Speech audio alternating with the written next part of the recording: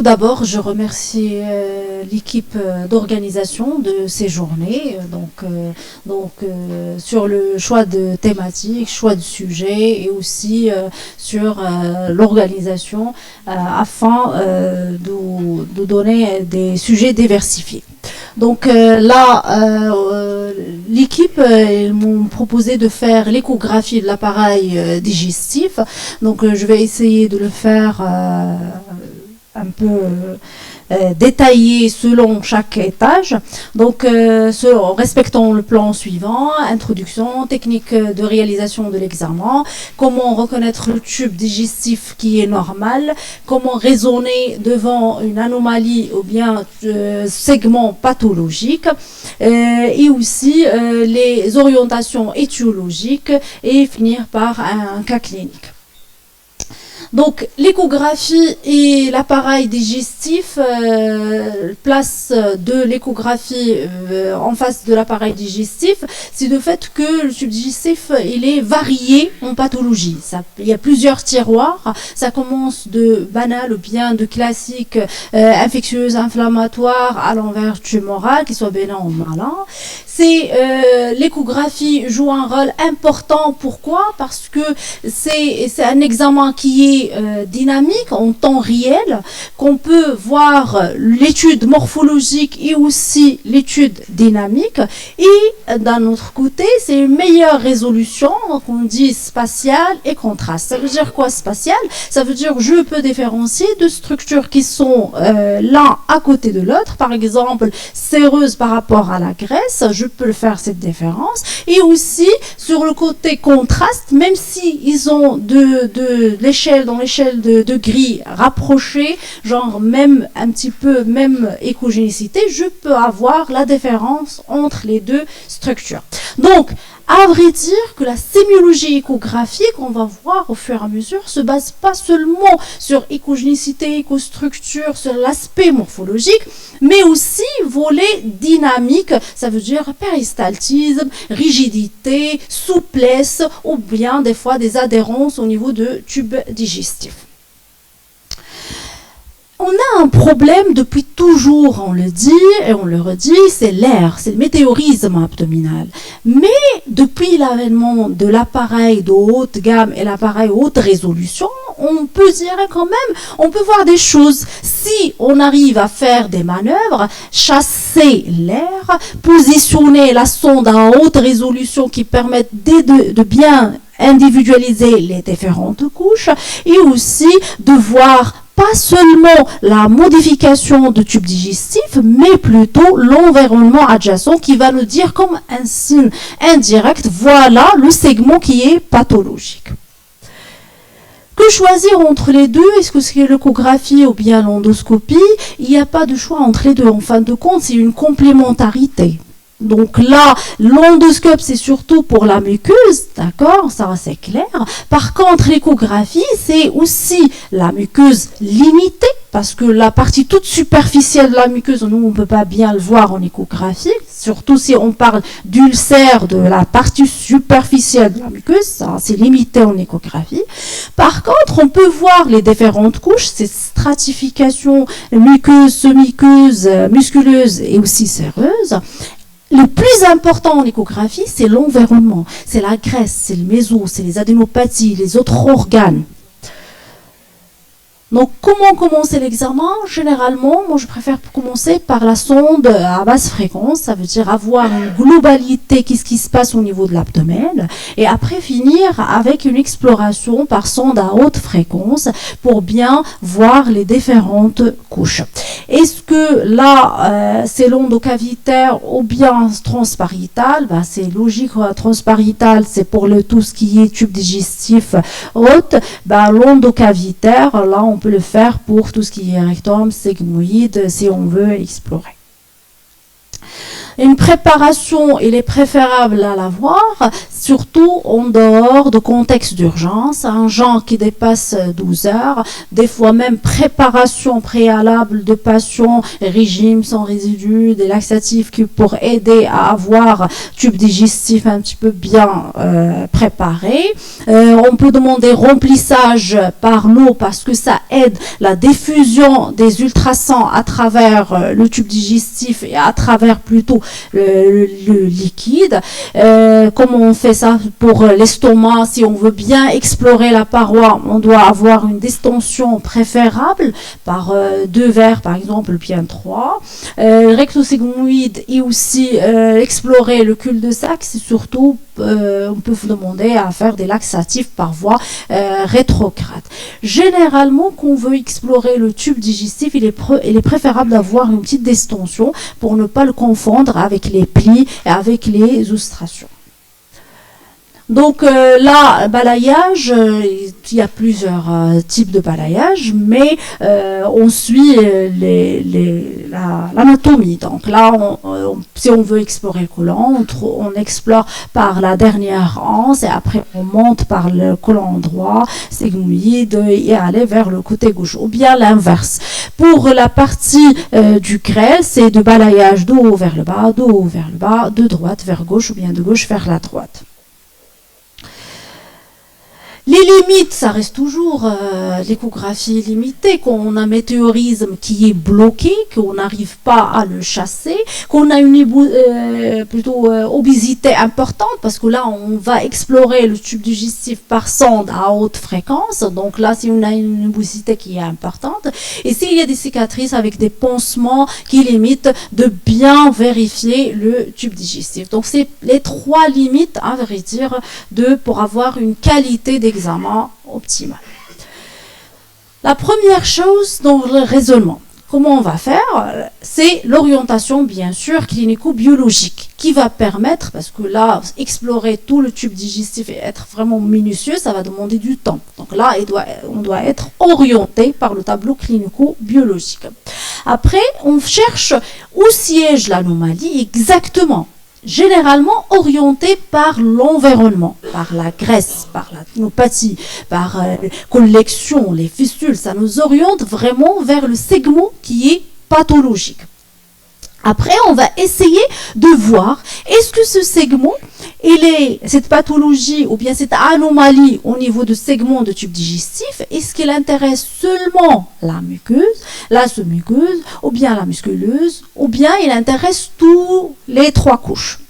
Et on va aider par les autres signes qui sont les autres organes, l'état des autres organes, pour avoir une orientation étiologique plus précise possible. Donc, je commence par un petit peu de basique. C'est quoi le tube digestif normal? Le tube digestif normal, quelle que soit la localisation, c'est une stratification entre muqueuse, semi-muqueuse, musculeuse, qui soit interne ou bien externe, et finir par la séreuse. En échographie, comment on va les voir? Donc la muqueuse, la composition, c'est l'épithélium avec le chorion qui est très vascularisé, composé des formations lymphoïdes, avec à la profondeur une petite muscularis qu'on appelle muquesae. Donc en échographie, c'est l'aspect qui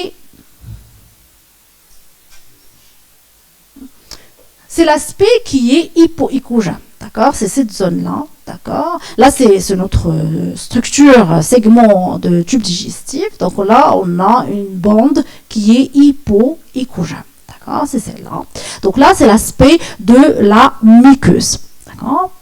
Donc là, la même chose. Là, c'est le psoas. Là, on a une partie de tube digestif en coupe transversale, parce que là, c'est une coupe qui est plutôt longitudinale. Donc là, c'est une coupe transversale. On va voir la zone qui est hypoéchogène.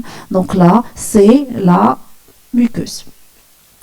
Pour la sous-muqueuse, c'est plutôt un aspect qui est hyperéchogène. Elle est composée de tissu conjonctif qui est plus dense, richement vascularisé aussi avec des vaisseaux sanguins, composé des follicules lymphoïdes et réseau nerveux qui permet la motricité. Donc c'est cette zone qui est hyper. Donc là, c'est la même image pour se rappeler. Donc là, c'est la muqueuse qui est hypo. Là, c'est la sous-muqueuse qui est hyper. Après, on va voir la musculeuse. La musculeuse, elle a l'aspect en échographie qui est hypoéchogène. C'est cette petite bande ici, là, d'accord, qui est hypoéchogène. C'est de musculaire lisse qui est composé de deux couches, circulaire interne et longitudinale externe. Donc, qui a le plexus nerveux. Et généralement, elle est fine. C'est celle-là qu'on a qui est hypo. D'accord. Donc, là, on a des zones qu'on trouve qui sont hyper. Cette zone-là, que je n'ai pas donné son nom, et aussi cette partie-là. Là, c'est des interfaces de contact entre la muqueuse et la lumière, et entre la séreuse, et aussi plutôt la musculeuse et la graisse périphérique. Donc là, ces interfaces, comme ici, ça, c'est bandes généralement qui sont hyper. La même chose ici, c'est une bande qui est hyper, c'est de l'interface entre la muqueuse et la lumière. Donc, si on récapitule, donc là, c'est des alternances de couches qui fait de hypo-hyper, hypo-hyper. D'accord? Hypo, ça commence par hypo, donc hypo-hyper, hypo-hyper. Donc là, et les interfaces, c'est hyper généralement. Donc là, l'interface, un petit mot sur l'interface, ce que je dis ici, c'est la graisse périphérique avec la musculeuse. C'est une bande qui est hyper, mais il est bande qui est linéaire, fine, donc qui est hyper. Parce que par la suite, on va voir que la pathologie de la graisse, c'est l'aspect qui est vraiment hyper échogène, infiltrant, étendu. Donc, l'épaisseur de la paroi, il y a une large discussion sur l'épaisseur de la paroi. Donc on tolère 3 mm, 3-4 mm, parce que le collant, on peut aller jusqu'à 4 mm comme mesure, ou bien comme chiffre normal, seuil normal. Par contre, le créel, c'est 3 mm. Il y a des zones de pli, il faut éviter de les mesurer à ce niveau. Il y a des zones de verrage de collant. Donc là, il faut éviter de mesurer à ce niveau parce que ça va majorer des chiffres. Donc là, je vais parler des étages. Selon les étages, qu'est-ce qu'on peut voir comme pathologies les plus fréquentes et comment ça va être en échographie.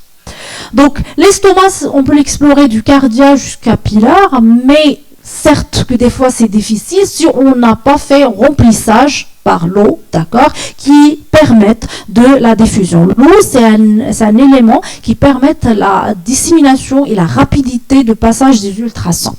Donc là, je commence par les adénocarcinomes gastriques. Donc généralement, c'est un épaississement pariétal qui est hypoéchogène, mais il peut être échogène hétérogène.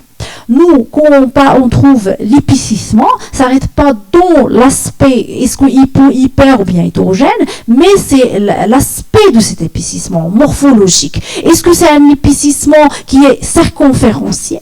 Si il est circonférentiel, est-ce qu'il est symétrique ou bien asymétrique? Ça veut dire, si je parle de la paroi antérieure par rapport à la paroi postérieure, est-ce que c'est le même aspect d'épaississement? C'est la même dimension? Ou bien il est plus important antérieur, plus important postérieur, ce qu'on appelle épaississement circonférentiel asymétrique. D'accord? Aussi, il faut préciser cet épaississement. Est-ce qu'il est régulier ou bien irrégulier? Est-ce qu'il y a l'aspect lisse en intraluminal ou bien il est irrégulier? Donc tout ça pour se dire que effectivement, est-ce que c'est de l'adénocarcinome? Certes, on ne va pas remplacer l'anatomopathologiste, mais seulement pour dire est-ce que c'est malin, c'est bénin, et avoir une idée sur quel type possible histologique. Donc là, lymphome gastrique, ça peut prendre forme de l'adénocarcinome, d'accord, quand c'est nodulaire, localisé dans l'épaississement, comme ça peut être aspect infiltrante qui touche tout la paroi, mais respectant la lumière gastrique. La différence entre les adénocarcinomes et aussi lymphome, c'est surtout les adénopathies. Les adénopathies dans lymphome, généralement, sont de grande taille par rapport à les adénocarcinomes. On sait très bien que les adénocarcinomes, c'est lymphophile, mais généralement, ne sont pas de grosses adénopathies. D'accord? Là, c'est la différence, si on veut dire un petit peu échographique.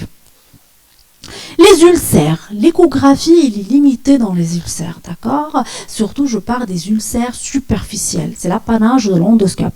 Mais quand c'est profond, on arrive à voir l'aspect de perte de substance qui est en image, on parle d'image de soustraction, qui est échogène sur un épaississement qui est hypoéchogène. Tout ça se base essentiellement sur une échographe qui est de haute gamme bien sûr, avec une sonde qui est avancée ou bien sonde de haute résolution.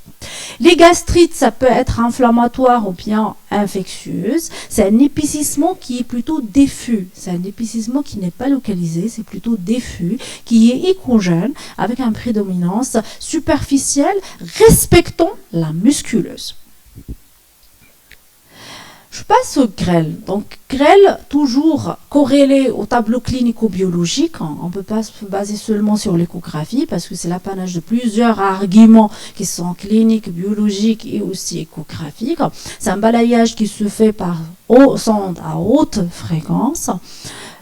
Essentiellement. Donc, je commence par les tumeurs. Donc, les tumeurs, c'est généralement que 6% de tumeurs de tube digestif, c'est pas assez fréquent. Donc, là, ça se divise entre bénigne et maligne. Et généralement, quand on trouve de l'invagination chez l'adulte, généralement, c'est d'origine secondaire, c'est pas primitif comme chez l'enfant. Donc là, c'est généralement, on peut tomber sur des tumeurs qui soient bénignes ou bien malignes. Pour les tumeurs bénignes, et on peut trouver des lyomyomes ou bien des adénomes qui sont plutôt hypoéchogènes. Les lipomes sont hyperéchogènes, d'accord? Et quand on fait une petite compression, ils sont compressibles, d'accord? S'ils sont au niveau de la muqueuse, si on fait une petite compression, ils sont compressibles. Et l'infangiomes, c'est plutôt tronçonneur parce que c'est des multikystes à l'intérieur de la paroi et ils sont dépressibles aussi, c'est la même chose que les lipomes. Tous ces tumeurs, généralement, vous savez, quand ces tumeurs bénignes, là, c'est généralement découverte fortuite, ou bien devant une complication, comme j'ai dit, c'est invagination. Nous, quand on trouve invagination qui est secondaire, on cherche toujours, plutôt invagination chez l'adulte, on cherche la cause de cette invagination. Généralement, c'est des tumeurs bénignes. Comment il va être en invagination? C'est l'aspect classique de l'aspect de cocarde ou bien de sandwich, en coupe longitudinale. Du tumeur maligne, qui surtout c'est les lymphomes, secondaires à des lymphomes malins non Hodgkiniens, d'accord, forme qui est pseudo-anévrismale, donc c'est un épaississement qui est pariétal hypoéchogène, ou bien multinodulaire, segmentaire à plusieurs zones. Les adénopathies ici, toujours dans lymphome, c'est volumineuse, assez caractéristique. Pour les tumeurs carcinoïdes, c'est la localisation préférentielle surtout au niveau de l'ilion et l'appendice, sous forme de nodules qui sont hypoéchogènes et circonscrites, intéressant la sous-muqueuse. On va voir l'arbre décisionnel sur la localisation et l'orientation pathologique. Les métastases, surtout le plus fréquent, c'est les métastases de mélanome, d'accord, au niveau du jugénome, c'est l'origine de l'invagination. Toujours, il est hypoéchogène, les métastases, qu'ils soient de grosses masses, qu'ils soient des nodules ou bien de l'épaississement. Toujours, ils sont de l'aspect hypoéchogène, des masses hypoéchogènes pariétales excentriques, ulcérées, ou bien des nodules qui sont hypoéchogènes bien limités, ou bien carrément des sténoses, épaississements sténosants, mais segmentaires. Donc, gardez l'aspect qui est hypoéchogène, mélanome et jugénome. Les tumeurs malignes aussi, à part les métastases, c'est les leiomyosarcomes, c'est rare, de croissance lente et découverte tardive, donc à bas bruit, l'évolution. C'est très hétérogène et nécrosé, excentrique et irrégulier sur l'aspect et vascularisé, fraîchement vascularisé. Les adénocarcinomes, c'est l'aspect aussi hypoéchogène infiltrant, mais c'est rare et réalise l'aspect de pseudorin. Élite infectieuse, ça s'intéresse surtout à la partie terminale de l'ilion. C'est un contexte particuliers, c'est des diarrhées, fièvre, douleurs abdominales et nausées. Donc l'augmentation, on parle de complexe, c'est l'augmentation de complexes muqueuses-semi-muqueuses. Ça veut dire on va voir la muqueuse et la semi-muqueuse qui deux sont augmentées de taille de façon régulière, homogène, circonférentielle, mais la partie musculeuse va rester nickel sans problème. Les adénopathies peuvent arriver à 2 centimes, mais généralement, c'est des adénomégalies qui gardent l'aspect d'écostructure normale. La différence entre adénopathie et adénomégalie, c'est le fait que c'est pas seulement la taille, d'accord? L'adénomégalie, c'est l'augmentation de la taille, mais l'écostructure, ça veut dire l'aspect de cortical hypoécogène avec la partie centrale hyper avec le île central, elle est toujours là. Là, je parle d'adénomégalie. Quand je parle d'adénopathie, la taille est augmentée, oui, mais même l'écostructure, la morphologie de ganglion, elle est modifiée. On ne va plus voir, par exemple, le contenu qui est plutôt le central, qui est hyperécogène. On va voir formation ganglionnaire augmentée de taille au-delà de 1 centime, avec totalement hypoécogène. D'accord? Donc, c'est ça la différence entre adénomégalie et adénopathie. D'accord? Donc, je passe. Donc, maladie de Crohn, comme ici. Donc là, c'est généralement, c'est l'atteinte du iléal pur dans 30% des cas. L'iléocolique, dans l'association, généralement 50% des cas. Dans l'échographie, on sait très bien que c'est différente, la sémiologie, selon l'évolution de la maladie. D'accord? L'évolution de la maladie, l'ancienneté et aussi la gravité. Est-ce que c'est une maladie qui est grave ou bien non? Donc, ça commence par l'épicissement pariétal. Comment il est cet épicissement? C'est un épicissement qui est concentrique, symétrique et régulier. Avec persistance, en premier temps, de cette différenciation, comme ici, c'est une différenciation de les couches pariétales vers une atteinte plutôt globale, totale, de toutes les couches constituant l'ilium. En association, on va voir la paroi totalement hypoécogène par la suite. On peut avoir des ulcérations qui sont hyperécogènes, qui sont profondes intrapariétales, comme ici. Là, c'est un petit trajet avec ulcération et un petit trajet fistuleux.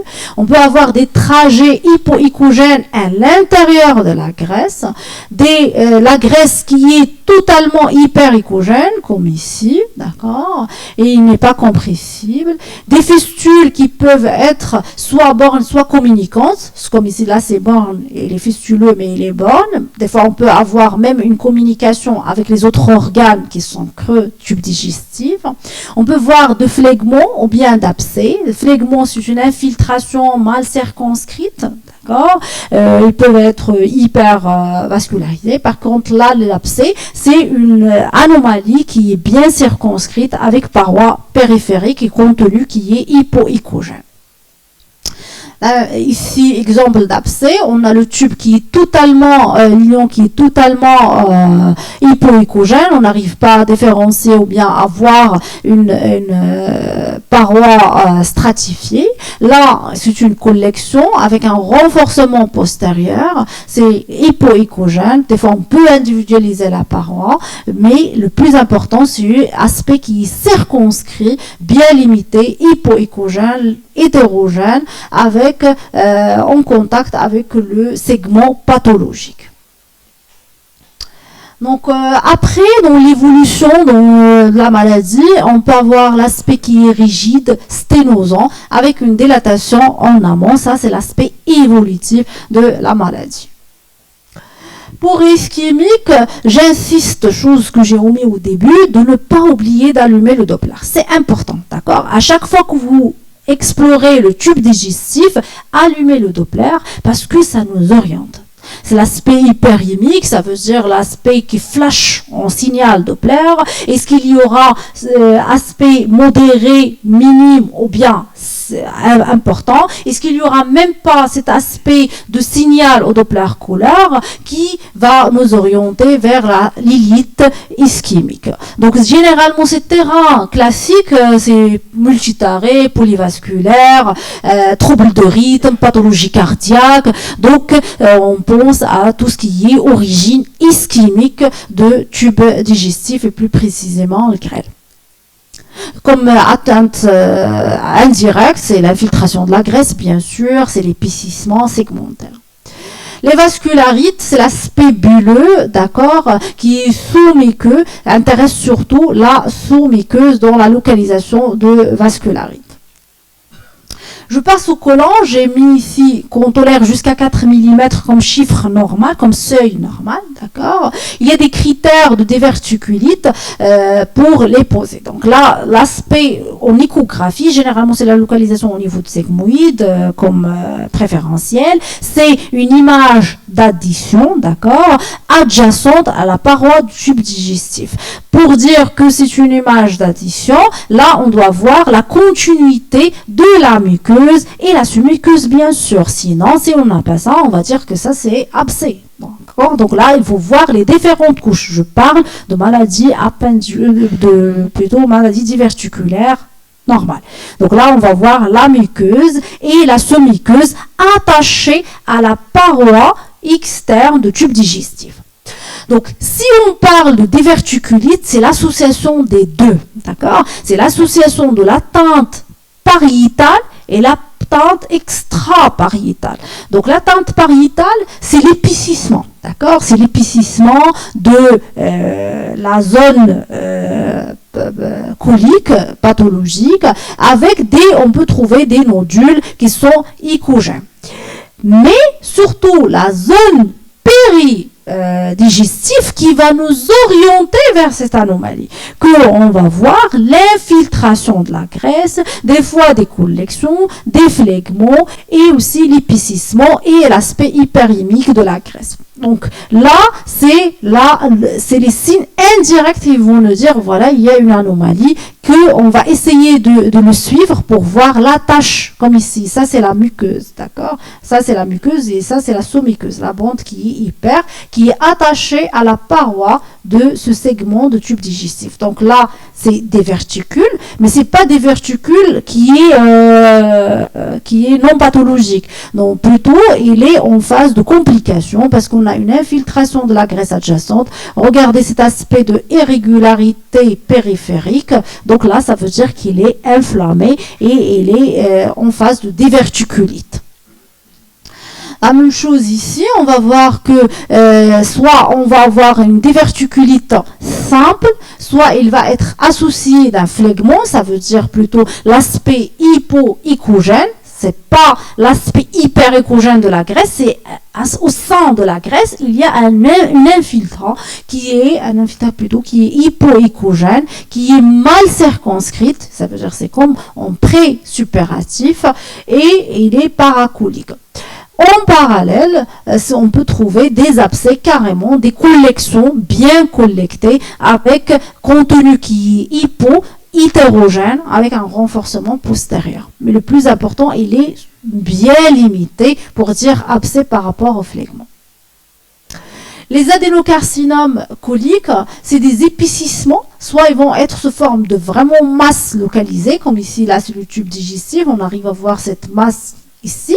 Nous, on précise qu'on sait à masse, il faut vérifier la surface. Est-ce que c'est une surface qui est irrégulière? C'est ça, la surface luminale, ça veut dire à l'intérieur de la lumière. Est-ce qu'il est irrégulier, d'accord? Est-ce qu'il est lisse? Est-ce qu'il n'est pas le raccordement avec la paroi? Est-ce qu'il est aigu ou bien il est douce? Et aussi voir la graisse en regard. Pardon. Hop. La graisse en regard, est-ce qu'il n'est pas épicé, infiltré? Donc là, soit c'est volumineux, on va voir carrément masse, soit c'est un épaississement. Comme j'ai précisé pour l'épaississement, on dit est-ce que c'est segmentaire? Est-ce que c'est circonférentiel? Est-ce que circonférentiel, symétrique ou bien asymétrique? Parce que tous ces éléments sémiologiques échographiques nous permettent de dire que c'est plutôt malin, et vu que c'est le côlon, que de la cause la plus fréquente, c'est l'adénocarcinome. Donc, je répète, c'est masse qui est volumineuse, qui est plutôt excentrée et régulière, épaississement qui est segmentaire, et ça arrive à 15 mm, asymétrique, circonférentielle, mais elle est asymétrique, avec carrément perte de différenciation et non-respect de la musculeuse. Maladie de Crohn colique, c'est surtout, on a dit que iliocolique, mais bon, c'est une lésion qui est discontinue, qui peut avoir un épicissement pariétal, atteinte transmurale avec des ulcères profondes et atteinte péridigestive qui est importante, c'est ce qu'on appelle l'aspect icogène de la graisse hypertrophiée, ce qui est la scléro-lipomateuse avec des fistules ou non, avec abcès oui ou non. Donc, pour les colites inflammatoires encore, là, c'est la rectocolite hémorragique. Généralement, c'est un épicissement qui est modéré. C'est pas comme Crohn. C'est des différenciations et longtemps conservées. C'est pas transmural comme Crohn, bien sûr.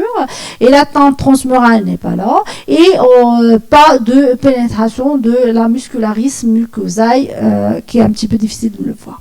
Donc, les colites ischémiques, c'est surtout l'atteinte de l'hémicolon gauche, d'accord, dont le Doppler, dont j'insiste toujours à l'allumer pour l'exploration, et c'est pas de flux couleur et de signal artériel. Certes, c'est le contexte clinique, parce que généralement c'est multitaré, c'est atteinte polyvasculaire, mais il y a cette localisation. Généralement, les colites ischémiques, c'est siège au niveau de la jonction entre la distribution territoire mésentérique supérieur et inférieur, donc là c'est l'angle colique gauche, et la zone d'anastomose des territoires de l'artère mésentérique inférieure et territoire hypogastrique. Donc généralement c'est leur localisation préférentielle.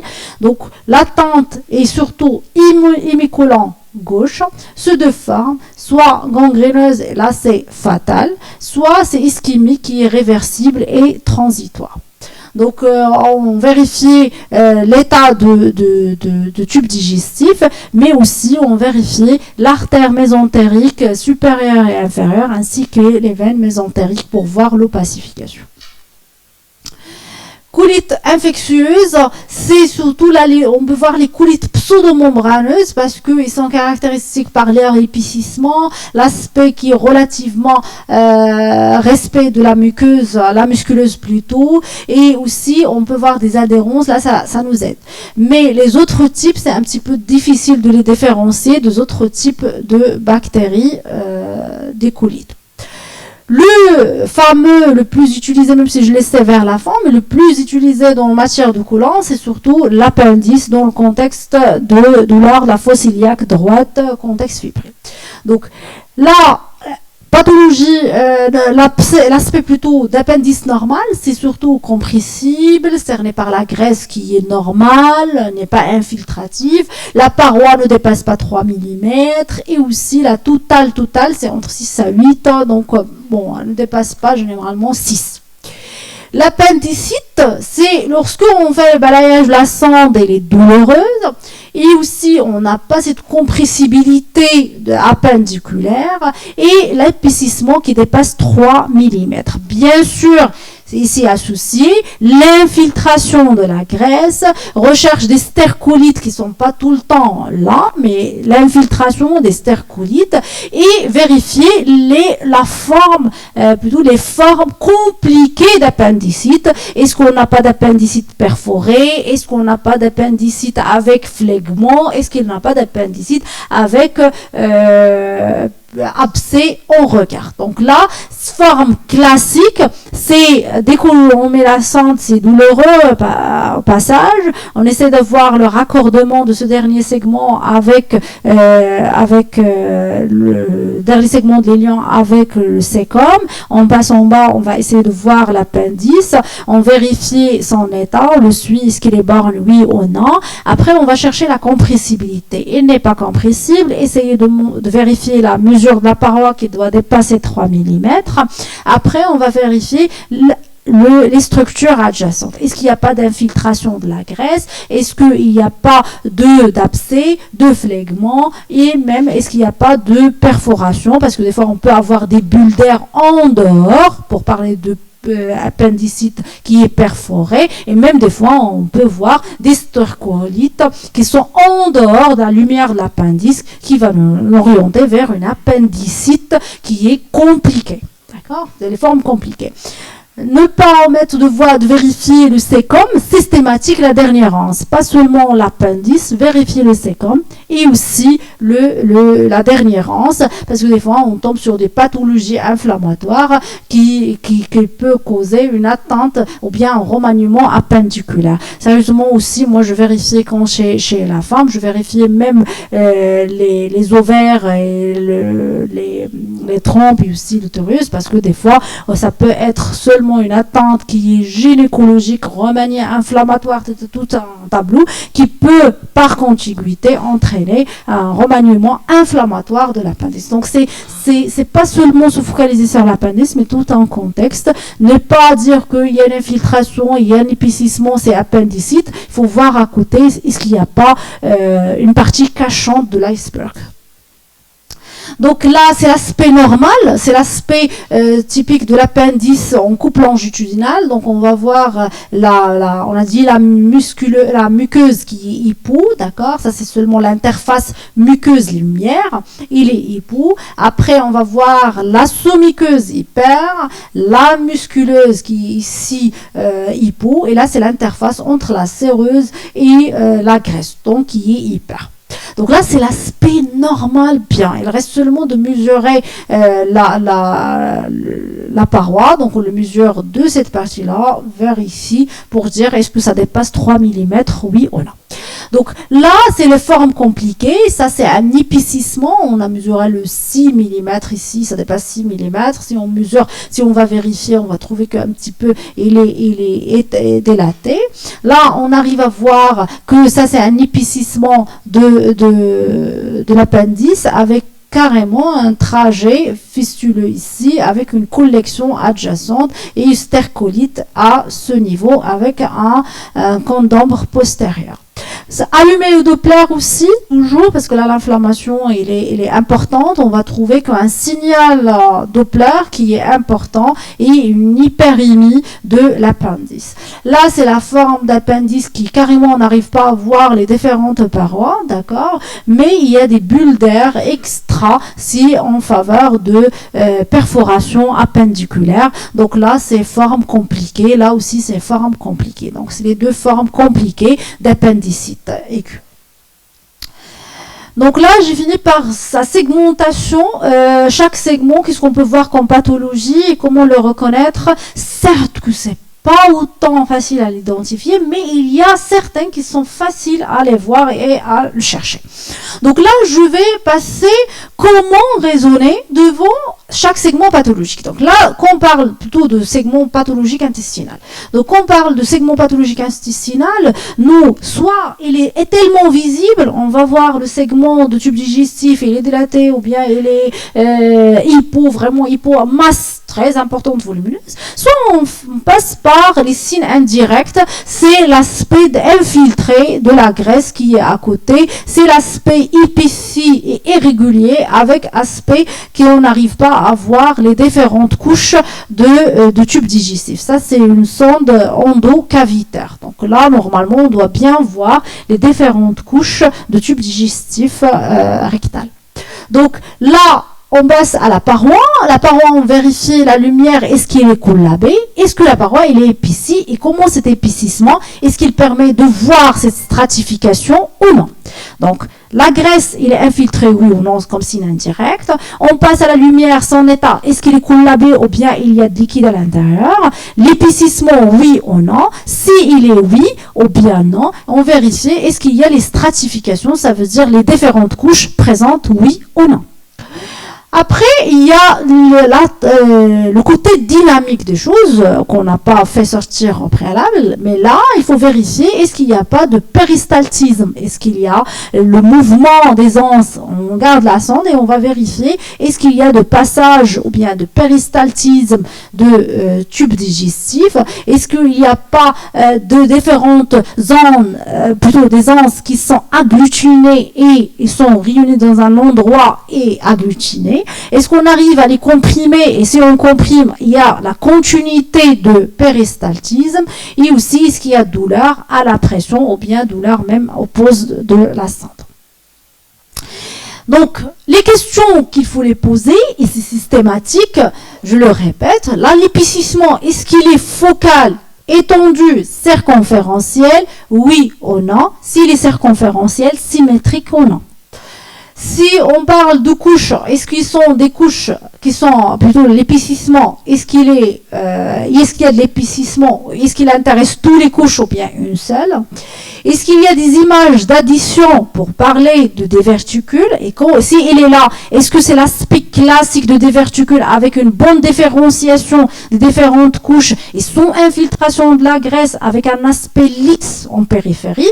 Ou bien il y a un remaniement de tous ces éléments? Et aussi, est-ce qu'on a atteint de la graisse qui est isolée ou bien il est associé avec le segment en regard qui est pathologique? Donc, je vais parler de chaque étage, chaque zone. D'accord? Je vais parler surtout sur la pathologie tumorale. Donc, là, quand on parle de pariétal, j'ai précisé, je leur ai dit, est-ce que circonférentiel, mais quand on parle de tumeur, généralement, c'est non circonférentiel. Il faut chercher l'épicentre. L'épicentre, ça veut dire quoi? Ça veut dire le milieu de la lésion, au siège exactement, d'accord? Comme ça, on va dire, est-ce que c'est muqueuse, sous-muqueuse ou bien musculeuse? Quand on parle de la muqueuse, elle est focale, seulement la muqueuse qui est touchée, focale, le reste, on le voit qu'il est bien, d'accord? Ou bien infiltré de façon secondaire, mais l'épicentre, le milieu de la tumeur, elle est au niveau de la muqueuse. Donc, on va vérifier le Doppler. Plutôt il est hypoéchogène avec un Doppler qui est positif, donc soit il est tendance vers l'infiltration, donc ça va être tout ce qui est lymphome dans son forme infiltrative ou bien focale, ou bien on va donner les adénocarcines. Quand on parle hypoéchogène non invasif aux autres couches, donc là c'est l'adénome. Quand il est plutôt hyperéchogène, la lésion ou bien cet épicissement, il est hyperéchogène, avec un Doppler qui est très positif, on parle des amartomes, c'est des tumeurs bénignes. Donc l'aspect ici, c'est un aspect de polype. On arrive à voir, c'est une image d'addition ou bien de soustraction? Oui, c'est une image, non, c'est une image de soustraction, d'accord? Parce qu'on a la lumière au milieu et le polype, il est à l'intérieur de la lumière. Donc, il élimine une partie de la lumière. Donc, on va voir qu'on va sur le tube digestif, mais après, on va voir qu'il y a à l'intérieur deux polypes à ce niveau. C'est pas de déverticule, c'est les déverticules qui donnent l'image d'addition. Ça veut dire qu'il ajoute encore un volume de lumière. Donc là, par contre, il supprime un élément de lumière. Donc là, on arrive à voir le segment qui est pédiculé lent. Et après, on va voir le même aspect de la muqueuse et la sous-muqueuse. Donc, quand on parle de l'épicissement sous-muqueux, ben là, c'est plus large. Donc là, il y a soit l'aspect hyperéchogène avec le Doppler qui est carrément négatif et déformant à la compression. Comme ici, on arrive à voir, c'est surtout, là, c'est bien sûr, c'est la sous-muqueuse parce que c'est elle qui est en échographie normale, il est hyper, donc il est là. Quand on fait une compression, on arrive à voir que cet épicissement, il est un petit peu réduit par rapport au précédent. Donc là, hyperéchogène, qui est déformé, qui est Doppler négatif généralement, ou bien discret, bah, c'est lipome. Quand c'est hypoéchogène avec un Doppler qui est positif, donc là c'est une rétraction de la muqueuse en regard, c'est généralement c'est des tumeurs neuroendocrines. Les tumeurs neuroendocrines, quelle que soit leur localisation, ils donnent cette rétraction typique de la muqueuse. Quand c'est non, il n'y a pas de cette rétraction, là on passe à notre raisonnement, est-ce que c'est pas compressible? Quand c'est compressible, plutôt c'est des lymphomes qui sont débutants. Quand c'est non compressible, c'est des métastases, surtout de Kaposi ou bien le mélanome. Rétraction, ça veut dire il va attirer sur lui la lumière. Il ne va pas garder la lumière nickel, parce qu'on a vérifié ça au début. Il faut vérifier est-ce que la lumière n'est pas touchée, n'est pas tirée vers le processus. Donc, quand c'est hypoéchogène et Doppler il est négatif, donc c'est des ponctuations hyperéchogènes existent, oui ou non, va nous permettre de dire ça c'est angiome ou bien c'est de Schwannum, chose qui est très rare. Donc, ça reste entre les deux. considéré hypoécogène avec Doppler négatif. J'ai donné l'exemple de l'hypome. Donc je passe à l'attente qui est musculeuse. Musculeuse, ça va être gyste, ça va être de métastase ou bien l'endométriose. L'endométriose, normalement, c'est la localisation entre les deux, entre la sous-muqueuse et la musculeuse normalement, d'accord? Ou bien la muqueuse et la sous-muqueuse. Donc là, c'est l'aspect de l'endométriose, c'est l'attente qui est plutôt hypoécogène. Intéressons la face péritoniale qui est plane, dont le Doppler est généralement négatif. Par contre, quand c'est hypoécogène, qui est excentrique, qui est plutôt vers la face péritoniale, mais de façon convexe, donc c'est extraluminal. Donc là, c'est les gystes, c'est les lyomyome et des métastases de carcinose, parce qu'on peut les voir, et ça nous oriente sur l'attente secondaire.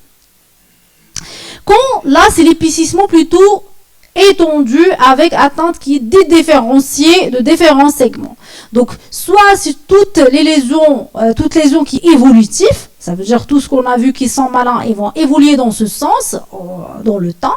Soit on va raisonner selon le segment ou bien la topographie, parce que la topographie nous oriente vers les lésions la plus fréquentes de cette zone.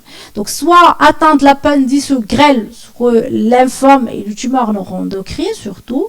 Si on parle de l'estomac, duodénum, côlon, c'est surtout les adénocards. Donc, qui font cet aspect infiltratif transmural. Je parle surtout là, j'ai pris raisonnement étiologique tumoral.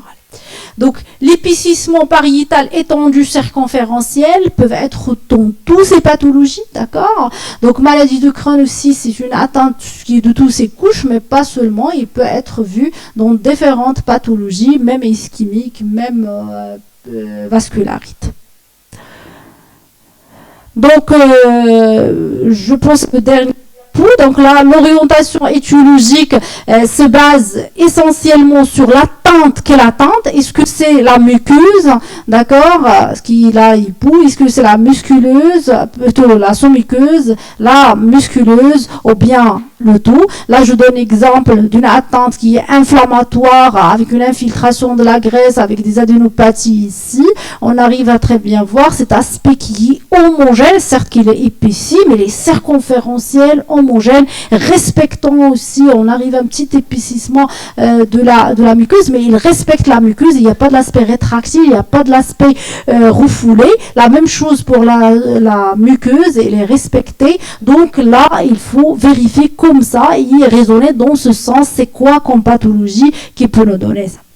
Donc, pour terminer, l'échographie, c'est un outil important pour vérifier cette stratification de tubes digestifs, basant sur l'anatomie, sur la topographie, mais tout ça basé sur un raisonnement dès le début. Donc, on vérifie le tube normal ou pathologique. On vérifie la graisse qui va nous orienter, ou bien les éléments qui sont adjacents. Des fois, l'épanchement, des fois, c'est les adénopathies qui vont nous orienter sur le tube ou bien le segment qui est pathologique. Après, on passe à la sémiologie échographique de tube qui est concerné, la muqueuse, la sous-muqueuse ou bien la musculeuse qui est touchée, ou bien tous les trois, la dédifférenciation, oui ou non, si on a une atteinte qui est circonférentielle, oui ou non, et après on va raisonner selon bien sûr le tableau clinico-biologique du patient. D'accord. Donc, j'ai mis un cas clinique classique de pathologie de fosse iliaque droite chez un patient qui perd hyperleucocytose avec SRP qui ont remonté. Donc, on a ces images. Si je vous demande de faire la sémiologie échographique, qu'est-ce que vous dites?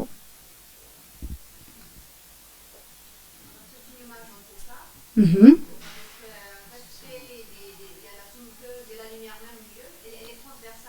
Mm-hmm. Donc, il y a la muqueuse hypogène et puis la sous-muqueuse qui est blanche et puis la musculeuse. Mm-hmm. Et puis par la suite, il y a une hémomatose hypogène juste au-dessous. Mm-hmm. Donc, c'est peut-être. Alors, je n'ai pas l'épaisseur de la paroi, je ne peux pas dire.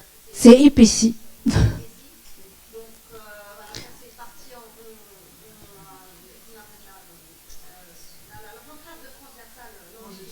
Longitudinal. Donc, après, on arrive à la différenciation des couches. Donc, Oui. je dirais que c'est à peine ça, on arrive à voir là. Avec les hypergénies visiter de la Grèce en périphérie. Oui. Donc, quand il a considéré à droite, c'est-à-dire qu'il a atteint ici, il était avec Oui, effectivement. donc je ne peux pas dire Oui, là, il reste seulement la partie dynamique, chercher la compressibilité, vérifier le Doppler que j'ai mis ici, voir est-ce qu'il n'y a pas une hyperémie, au moins il est cette hyperémie, est-ce qu'il est minime, est-ce qu'il est modéré ou bien il est importante, et vérifier. Oui, oui, oui. C'est des adénopathies, effectivement. L'adénopathie. L'adénopathie, j'ai pas précisé, c'est pas seulement la taille, d'accord? Parce que nous, on a un sérieux problème avec la taille. Jusqu'à ce jour, la radiologie ou bien l'imagerie médicale trouve difficulté pour préciser la nature des adénopathies. Est-ce que c'est des adénopathies qui sont malades, oui ou non? Plutôt des ganglions, des formations ganglionnaires. Est-ce que c'est malade, oui ou non? D'accord? Pourquoi? Parce que ça c'est un autre volet, mais j'aimerais le discuter parce j'ai terminé, d'accord? Après on va voir est-ce que vous avez des questions, mais je précise ça parce que c'est un sérieux problème qu'on vécu ça surtout dans les RCP, dans le contexte carcinologique. Mais ça se voit dans toutes les pathologies. Donc là, les formations ganglionnaires, la définition de formation ganglionnaire en échographie, c'est l'aspect qui est central hyper, avec cortical qui est hypo, dans la taille plutôt inférieure à 1 centime, ça reste 1 centime discutable, parce que si on parle d'adénopathie des iliaques, c'est pas 1 centime, c'est moins de 100, d'accord? Il y a le 7 centimes, il y a le 8 centimes, donc 8 mm plutôt, 7 mm, on parle pas de 1 centime, d'accord? Donc ça dépend de localisation, mais on garde chiffre, seuil 1 centime. Donc là, j'ai dit le contenu qui est échogène, la périphérie hypoéchogène, avec la taille qui est infracentimétrique. Avec île centrale qu'on allume, on va voir qu'on arrive à voir avec le signal Doppler. Ça, c'est classique, ça, c'est ganglion classique. D'accord? Ces ganglions-là, il y a deux évolutions. Soit il va avoir une destruction totale de cette écostructure, d'accord? Sans modification de la taille, ça va être des adénopathies infracentimétriques. D'accord? Soit il va garder cette écostructure avec modification seulement de la taille, on va parler des adénomégalies. D'accord? Soit il va avoir une destruction totale de cette écostructure avec augmentation de la taille plus qu'un centime, on va parler d'adénopathie centimétrique. Donc c'est ça la nomenclature, mais c'est ça la définition de pathologie des ganglions.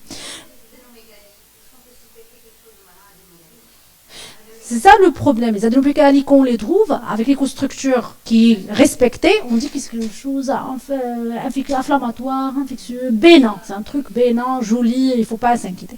Mais le problème, c'est qu'il y a des micrométastases. D'accord?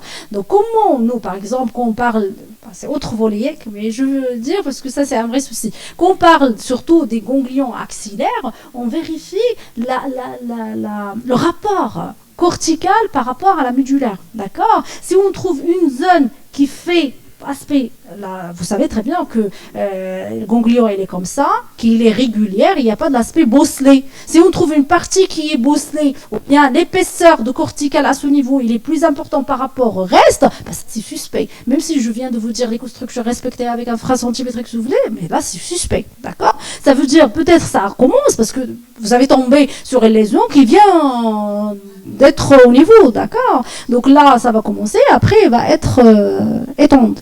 D'accord? Donc là, il y a d'autres critères. L'infiltration de la graisse à côté. L'aspect parce qu'il est hyper échogène si on parle de l'enveloppe de ganglion. Donc si on trouve par endroit, il est hypo ou bien un petit peu infiltré à ce niveau, donc là ça veut dire qu'il y a quelque chose qui cloche. Ne se focalisez pas seulement, et ça c'est pour toute localisation de ganglion, même au niveau de tube digestif. Ne se focalisez pas sur la taille, ne se focalisez pas sur l'écostructure, parce qu'il y a d'autres paramètres qui entrent en jeu.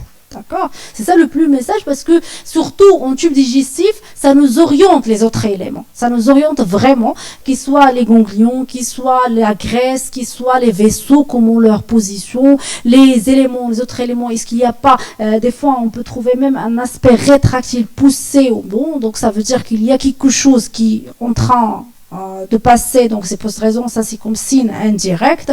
Donc c'est ces éléments, moi je pense c'est eux qui sont le plus importants que en second, c'est le tube digestif. D'accord? Donc je reste à votre disposition pour des questions et merci pour cet accueil. ça.